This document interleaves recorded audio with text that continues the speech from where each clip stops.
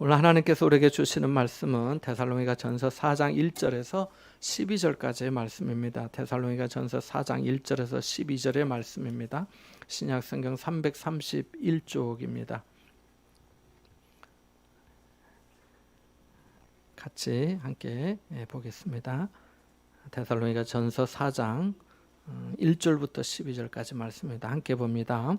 그러므로 형제들아 우리가 끝으로 주 예수 안에서 너희에게 구하고 권면하노니 너희가 마땅히 어떻게 행하며 하나님을 기쁘시게 할 수 있는지를 우리에게 배웠으니 곧 너희가 행하는 바라 더욱 많이 힘쓰라.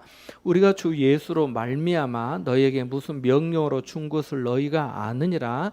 하나님의 뜻은 이것이니 너희의 거룩함이라. 곧 음란을 버리고 각각 거룩함과 존귀함으로 자기의 아내 대할 줄을 알고 하나님을 모르는 이방인과 같이 세욕을 따르지 말고 이 일에 분수를 넘어서 형제를 해하지 말라.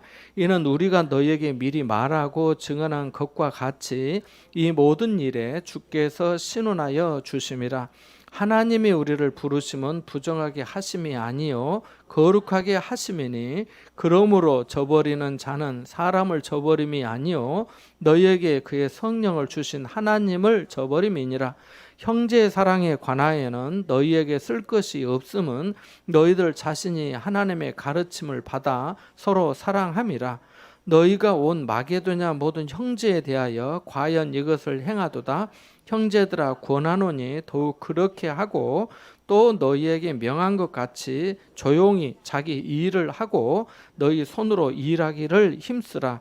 이는 외인에 대하여 단정히 행하고 또한 아무 궁핍함이 없게 하려 함이라. 아멘.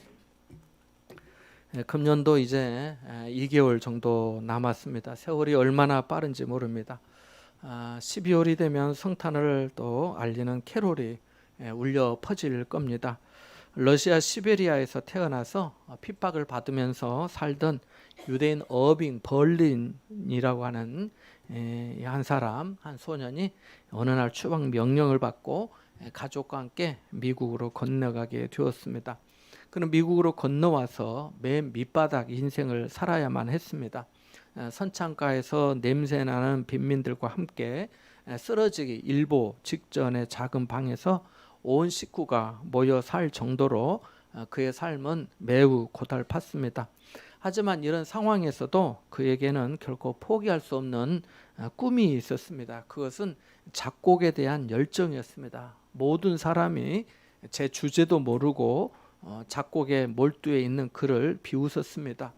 그도 그럴 것이 곡을 만들면 여러분도 아시다시피 그 악보, 오선지 악보에 음표를 그려 넣어야 하는데 그가 받은 정규 교육은 고작 초등학교 2학년이 전부여서 곡을 만들어도 그것을 스스로 악보에 옮길 수 없었기 때문입니다. 그래서 매번 다른 사람이 대신 그것을 그려 주어야만 했습니다.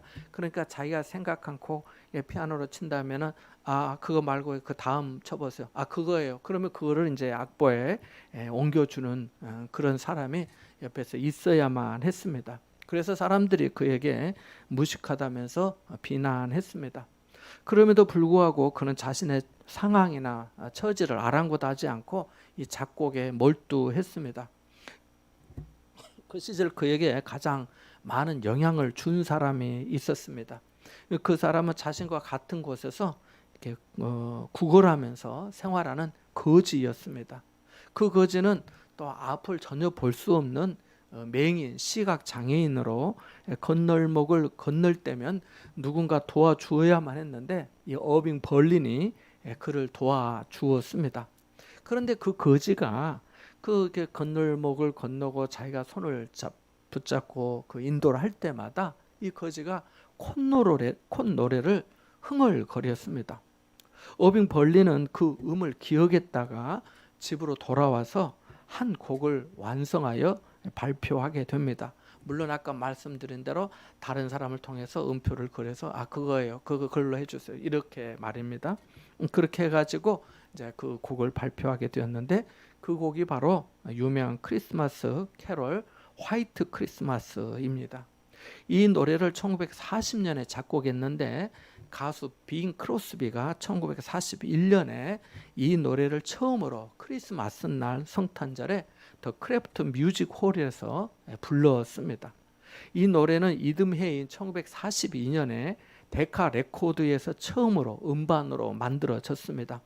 이 빈 크로스비는 당시 이 노래를 별로 이름도 없는 이 어빙 벌린이라고 하는 사람이 작곡해서 한번 이거 불러봐 주세요 해가지고 이제 음반 내는 거였기 때문에 거의 별로 관심도 없었고 연습도 거의 하지 않고 18분 만에 즉흥적으로 그 레코딩을 하였다고 합니다. 처음에는 별 인기를 끌지 못했던 노래가 갑자기 히트를 치게 되는데요.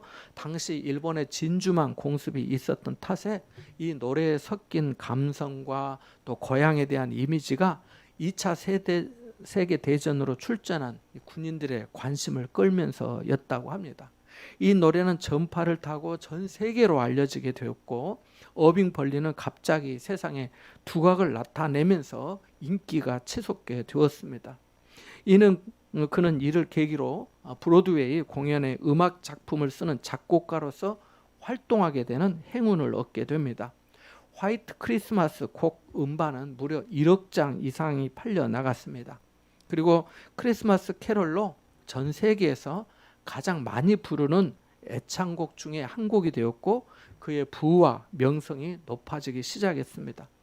하지만 그는 미국의 경제 사정 악화로 자신이 누렸던 부와 명성을 한순간에 다 잃고 말았습니다. 보통 사람들 같으면 비관하며 자포자기하였을 법도 한데 그는 오히려 가지고 있던 모든 것을 다 잃어버렸으니 이제부터 내가 좋아하는 작곡을 더 열심히 할 수 있지 않겠느냐 하면서 그때부터 더욱더 작곡에 매진하였습니다. 그 후에 그는 주옥 같은 곡들을 작곡하였는데 그가 남긴 불후의 히트곡들이 무려 800곡이 된다고 합니다. 그 중에 미국에서 가장 유명한 곡 중에 하나가 하나님이여 미국을 축복하소서 God bless America라고 하는 노래입니다. 미국 사람들이 어떤 국가적인 중요 행사나 또 경사스러운 일이 있을 때 그리고 애국심을 고취해야 할 때마다 애국가 다음으로 즐겨 부르는 노래가 바로 이 노래라고 합니다. 하나님이여 미국을 축복하소서. 그는 자기 신의 재능을 통해서 미국 사람들의 마음을 격려하기도 하고 기쁘게 하였습니다. 실존 철학자 마틴 하이데거는 현대인들이 입구와 출구를 잃어버렸다고 했습니다. 자신이 어디로 가는지, 무엇을 하는지, 왜 사는지도 모르고 산다는 겁니다. 그것을 일러서 존재 망각이라고 합니다. 자기를 잃고도 잃은 줄을 모르고 살기에 자기를 되찾으려는 절박함 또한 없다고 합니다.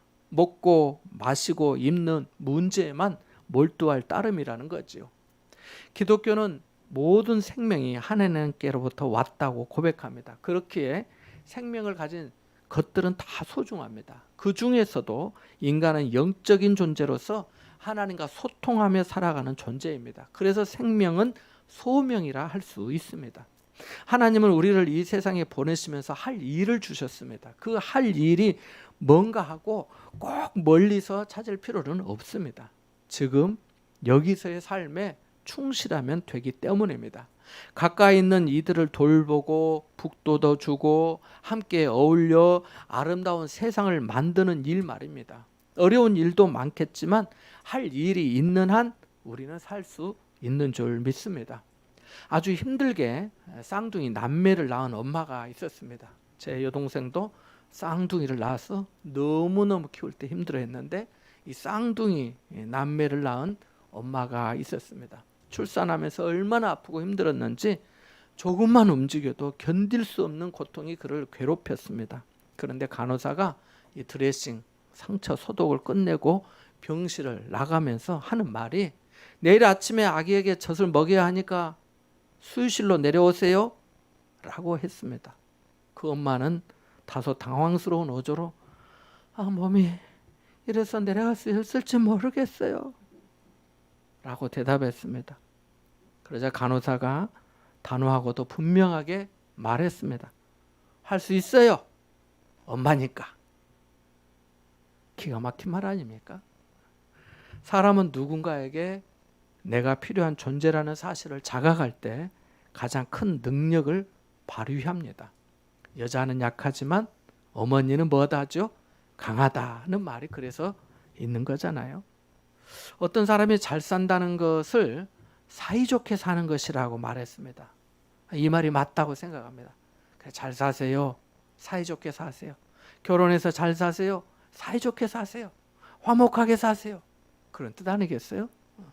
하지만 믿는 사람에게 잘 산다는 것은 여기서 한 걸음 더 나아가서 보내신 분의 뜻을 온전히 이루는 것을 의미합니다. 예수님의 생애는 보내신 분의 뜻을 이루려는 그 열망 하나로 점철되었습니다. 십자가는 하늘 아버지의 뜻을 살리기 위해 자신의 뜻을 꺾으니에 처절하지만 아름다운 순종의 표상입니다. 십자가상에서 예수님의 마지막 말씀은 다 이루었다였습니다. 예수님의 죽음은 무력한 자의 패배가 아니라 소명을 온전히 이룬 자의 귀환인 셈입니다. 우리는 삶의 입구와 출구를 잘 압니다. 하나님께로부터 왔다가 하나님께로 돌아가는 인생이기 때문입니다. 그것이 언제일지는 아무도 모릅니다. 그렇게 지금을 충실하게 살아내야 합니다. 이전에 살던 대로 살 수 없습니다. 본문의 말씀도 마찬가지입니다. 사도 바울은 4장부터 성도들의 실제적인 생활이 어떠해야 하는지를 구체적으로 말씀합니다. 오늘 우리가 읽은 12절까지의 말씀은 크게 세 부분으로 구분할 수 있습니다.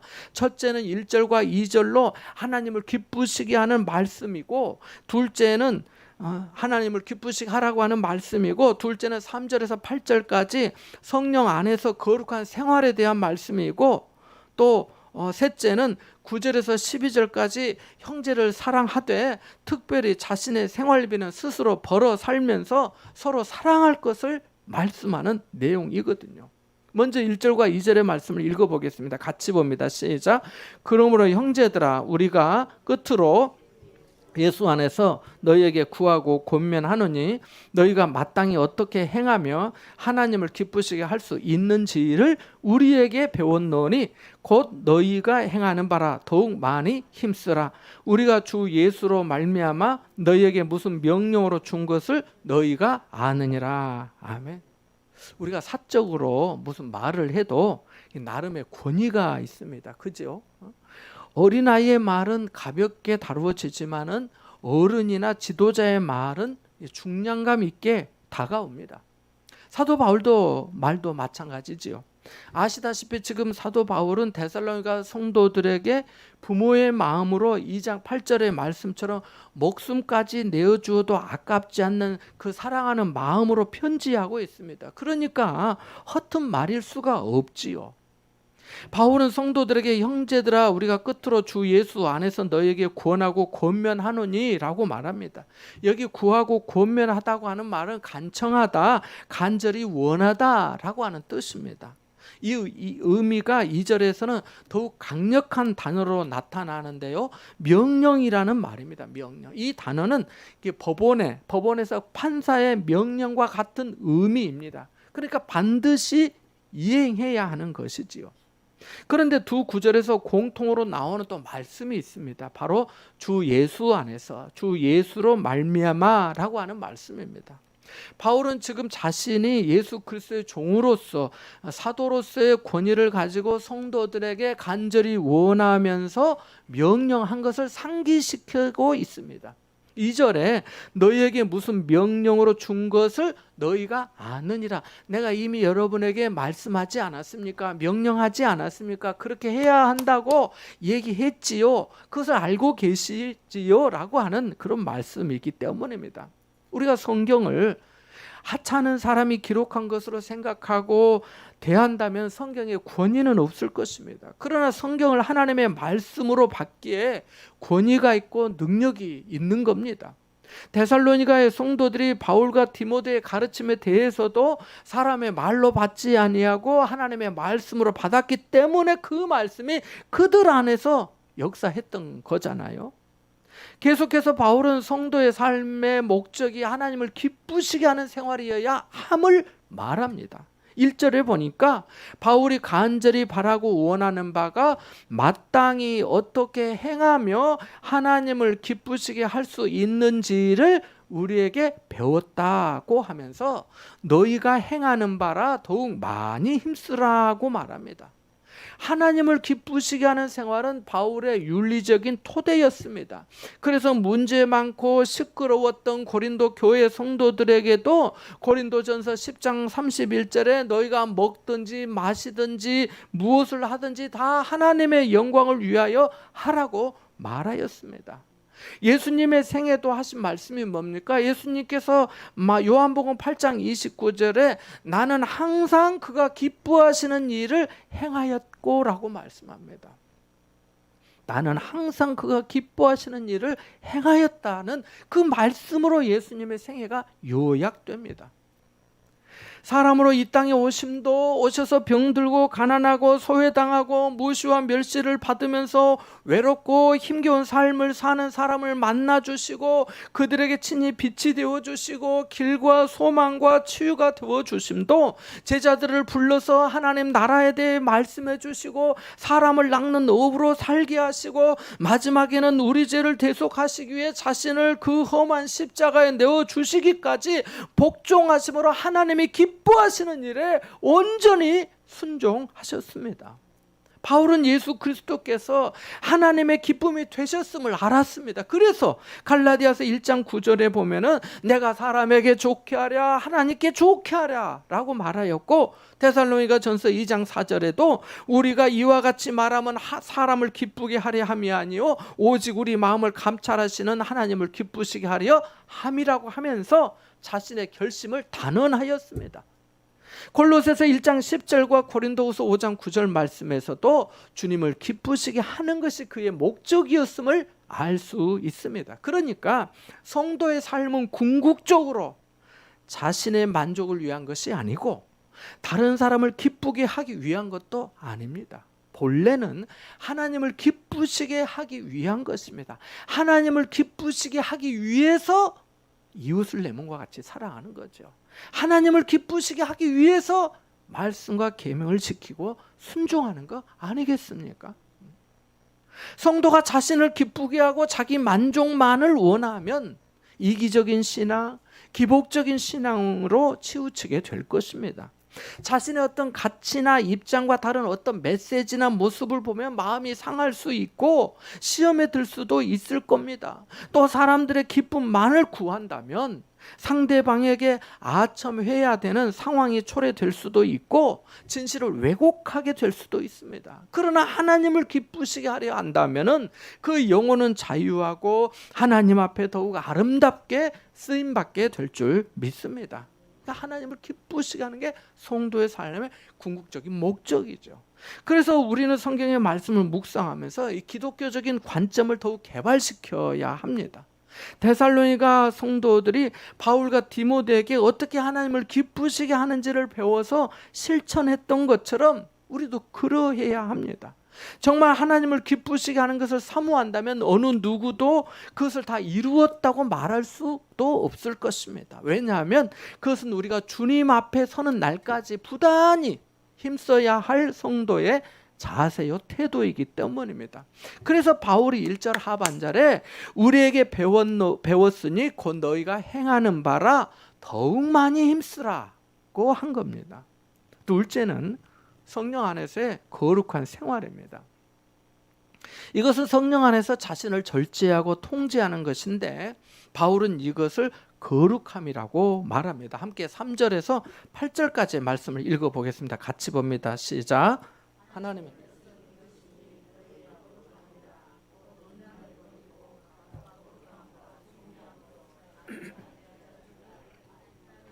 모르는 이방인과 같이 세욕을 따르지 말고 이 일의 분수를 넘어서 형제를 해하지 말라. 이는 우리가 너희에게 미리 말하고 증하는 것과 같이 이 모든 일에 주께서 신원하여 주심이라.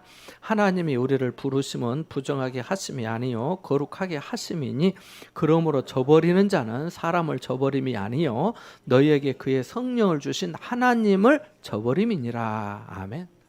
바울은 하나님을 기쁘시게 하는 것이 거룩한 생활이고 이것이 하나님의 뜻이라고 합니다. 그러면서 더 구체적으로 성적인 절제와 통제를 말합니다. 어떤 분은 바울이 갑자기 성도들에게 음란을 버리고 거룩함과 존귀함으로 자기 아내를 대하고 하나님을 모르는 이방인과 같이 세욕을 따르지 말라, 이 일에 분수를 넘어 형제를 해하지 말라라고 하는 의구심이 들지 모르겠습니다. 하지만 이 당시의 사회상을 생각해 보면 그리 놀랄 일이 아닙니다. 왜냐하면 당시 그리스와 로마는 이 성적인 방종으로 난잡함이 심했기 때문입니다. 그래서 5절에 하나님을 모르는 이방인과 같이 세욕을 따르지 말라라고 한 겁니다. 이 브루스라고 하는 신학자의 기록에 의하면 남자는 정부를 둘 수 있었고 노예 제도는 첩을 쉽게 둘 수 있게 만들어 주었으며 이따금씩의 만족은 창녀로부터 얻을 수 있었다. 아내가 할 일은 가정을 관리하고 적자들과 상속인들의 어머니 노릇을 하는 것이었다라고 합니다. 그래서 바울은 두 가지 근본적이고 실제적인 원리를 제시하는데요. 성의 범위와 방식입니다. 먼저 하나님이 주신 성의 범위는 이성 간의 결혼 내에서 사용되어야 합니다. 3절에 음란을 버리고 라고 하는 말씀이 모든 종류의 비합법적인 성관계를 말하기 때문입니다.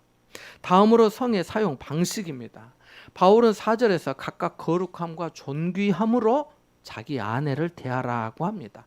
이 대목이 다른 성경에는 각각 존경하는 마음으로 거룩하게 자기 아내의 몸을 대하라 이렇게 번역되어 있습니다. 그러니까 아내에게 폭력이나 학대나 잔인함으로 대해서는 안 된다는 것입니다. 이런 일에 대해서는 굳이 예를 들지 않더라도 여러분이 잘 아실 겁니다.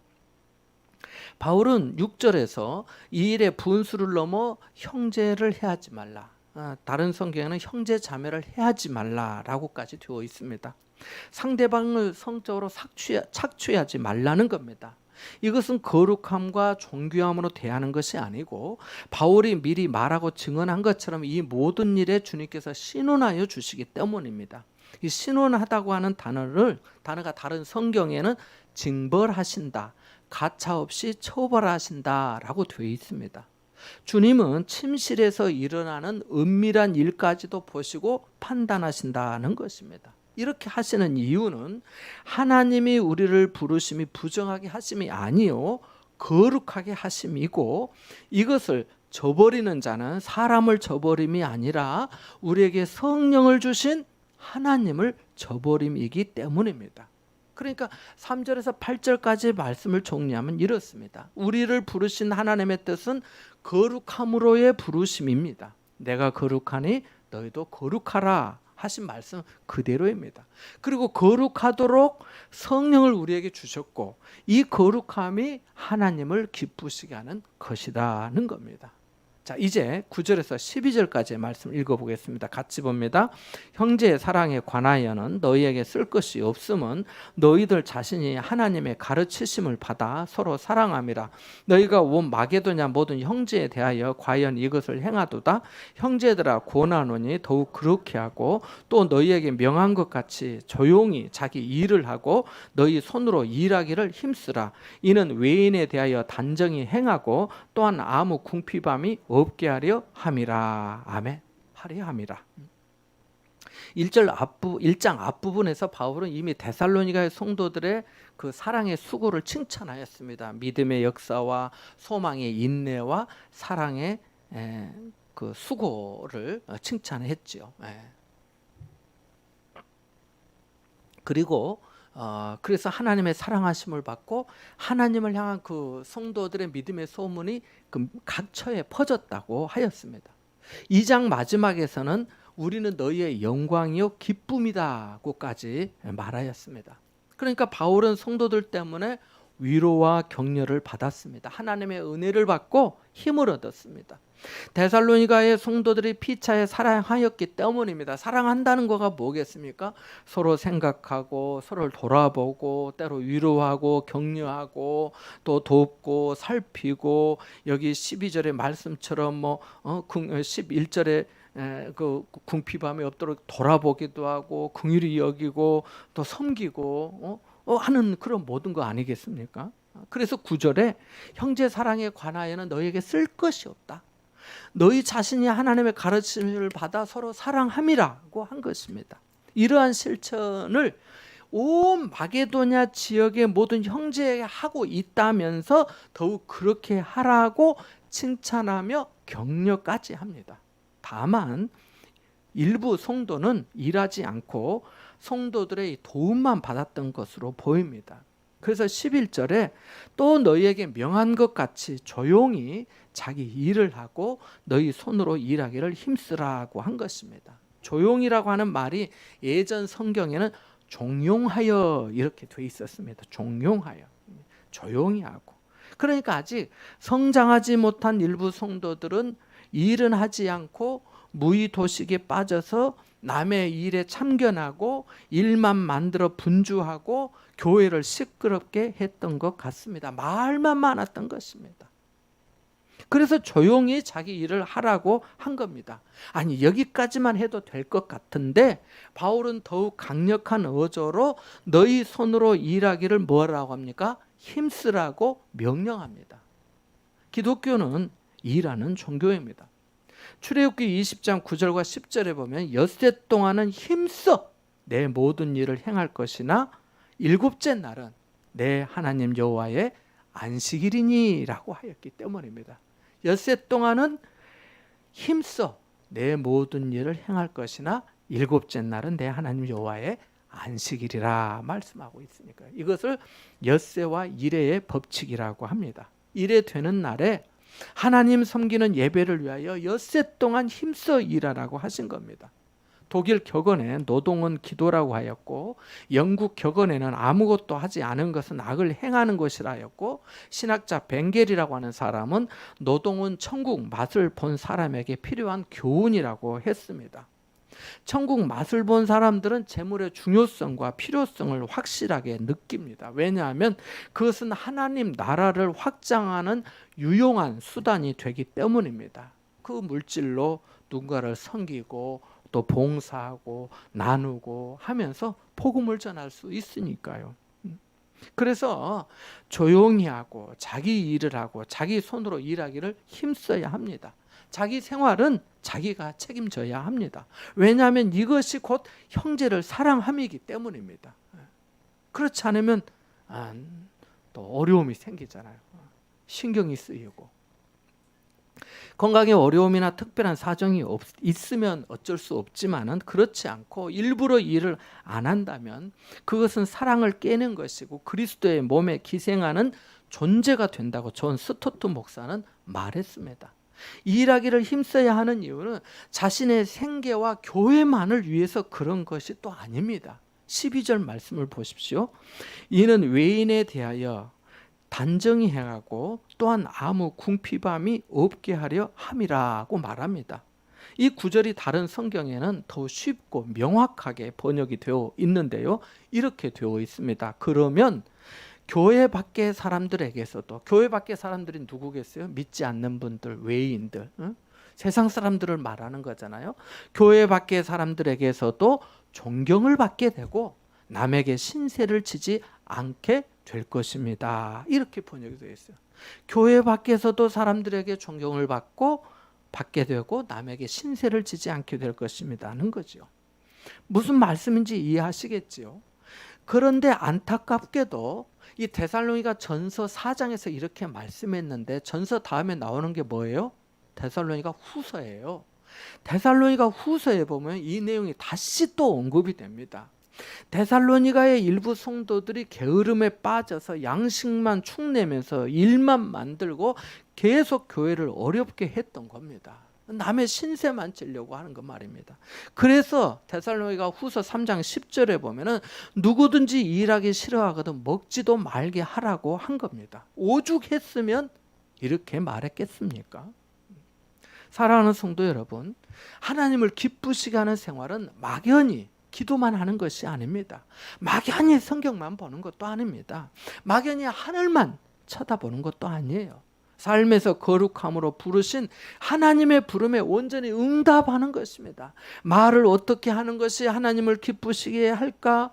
봉사를 어떻게 하는 것이 하나님을 기쁘시게 할까? 부부간에 어떻게 하는 것이 하나님을 기쁘시게 할까? 성령의 감동하심과 이끄심에 어떻게 순종하는 것이 하나님을 기쁘시게 할까? 서로 사랑하라 하셨는데 내가 어떻게 하는 것이 하나님을 기쁘시게 할까?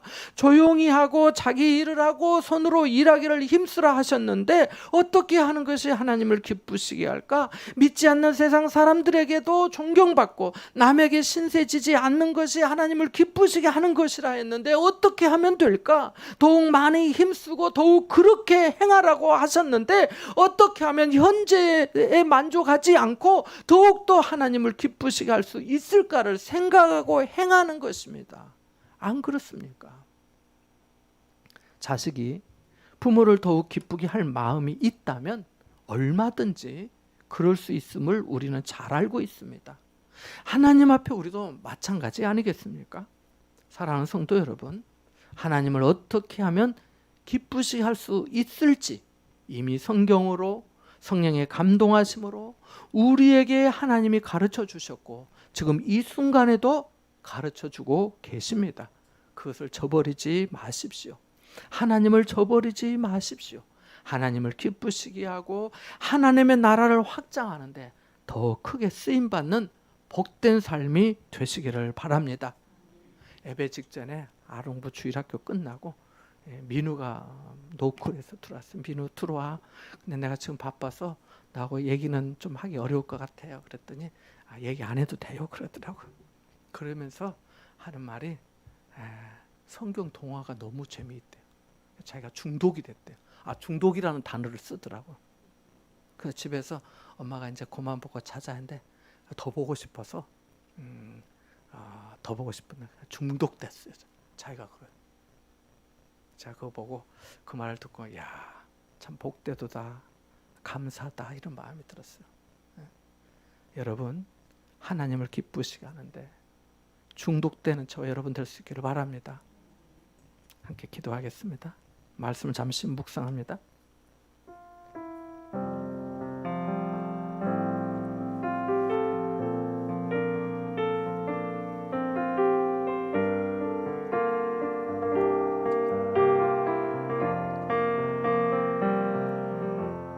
하나님 아버지, 우리가 마땅히 어떻게 해야 하나님을 기쁘시게 할 수 있는지 가르쳐 주심에 감사합니다. 하나님의 뜻은 거룩함이라 하셨으니 거룩한 삶이 되게 하시고 조용히 하고 자기 일을 하고 손으로 일하기를 힘쓰므로 성도를 더욱 사랑하는 삶이 되게 하옵소서. 그래야 세상 사람들에게도 존경을 받고 신세지기보다 섬김으로 복된 삶이 되게 하여 주옵소서. 예수님의 이름으로 기도합나이다. 아멘.